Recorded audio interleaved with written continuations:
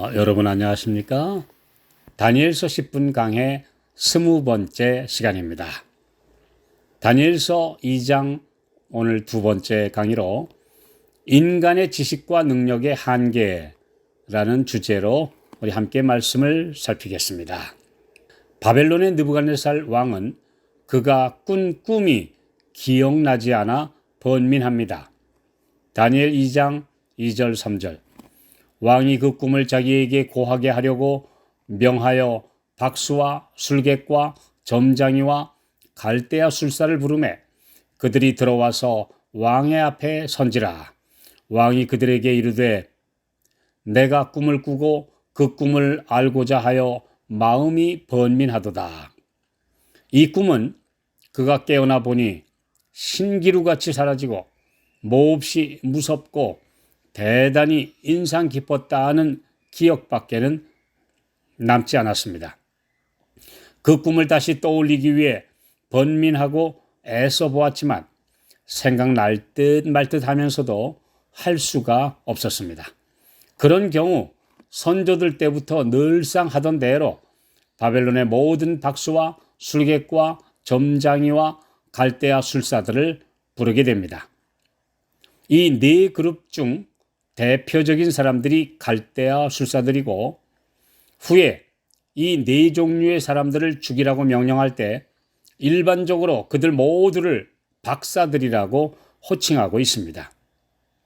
여기서 박수라는 말은 히브리어에서 마술 두목이란 뜻입니다.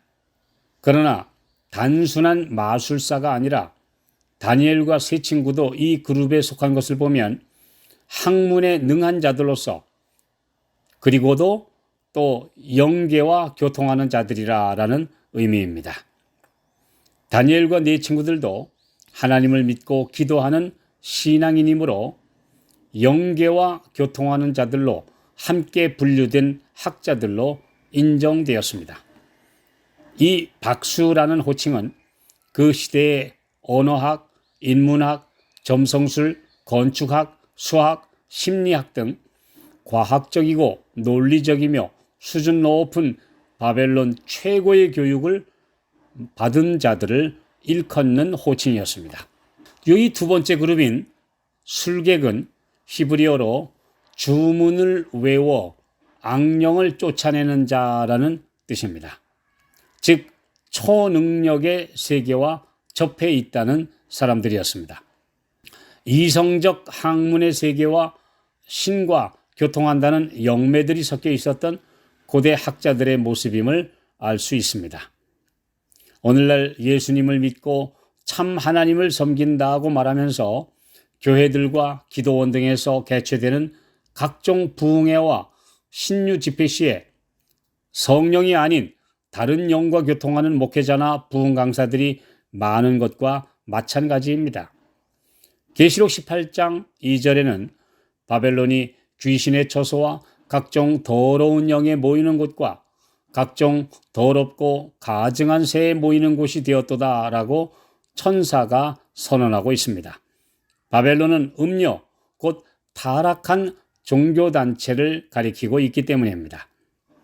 점장이란 마법을 사용하다라는 히브리어에서 유래했는데 신명기 18장 10절로 11절에 보면 복술자나 길흉을 말하는 자나 요술을 하는 자나 무당이나 진언자나 신접자나 박수나 초혼자 곧 죽은 자의 혼을 부르는 자를 너희 중에 용납하지 말라고 하나님께서 명하신 말씀에서 알 수 있듯이 죽은 사람의 영과 교통한다는 자들 그리고 점을 쳐서 장래 운세를 알리는 자들이 고대 세계에도 많았었다는 사실을 알 수 있습니다. 오늘날도 각종 신문이나 방송 매체에 오늘의 운세 코너가 항상 연재되는 것을 보아서 사람들이 이런 것에 흥미가 있고 여전히 미혹되고 있다는 것을 알게 되는데 이런 사실은 사단이 펼쳐놓은 신비한 영의 세계와 통한다는 속임수의 그물망이 어느 곳이나 있다는 증거입니다. 갈대아 술사가 다니엘서에 가장 많이 언급되어 있는데 이들은 위에 세 가지 부류의 사람들이 하는 것에 더하여 사람들을 마취시키며 통증을 완화하며 정신을 진정시키는 약물요법까지 시행한 자들입니다. 그들은 진정제나 수면제 그리고 마약 성분이 들어간 약초들을 사용하여 사람들을 치료하고 번민과 고통을 낫게 해준다는 전문가들이었습니다. 그들을 뜻하는 고대 아람어의 용어에서 현대 사회의 약학과 조제술을 의미하는 단어인 영어 파머시, 즉 약국에 가면 볼 수 있는 조제실이라는 단어가 생겨난 어원이 되었습니다.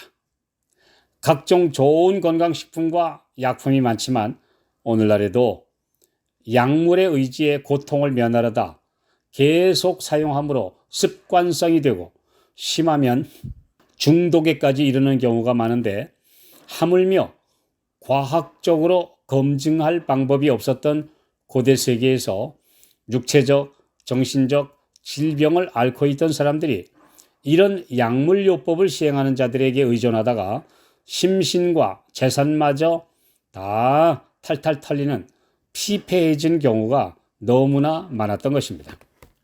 이런 네 부류의 전문가라는 사람들 중에서 국가적으로 인정을 받은 사람들을 박사라고 호칭했고, 이들 중 지도급 인사들이 왕의 앞으로 불려와 왕이 꾼 꿈을 알아내라는 명령을 받았습니다.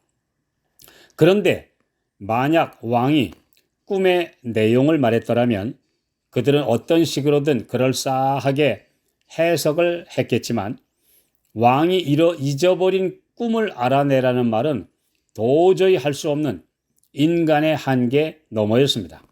이 절대군주가 막무가내로 불가능한 것을 요구했다고 생각됩니다만, 사실 왕의 진노를 불어일으킨 원인은 그들이 그동안 그렇게 해온 일의 자업자득이었습니다.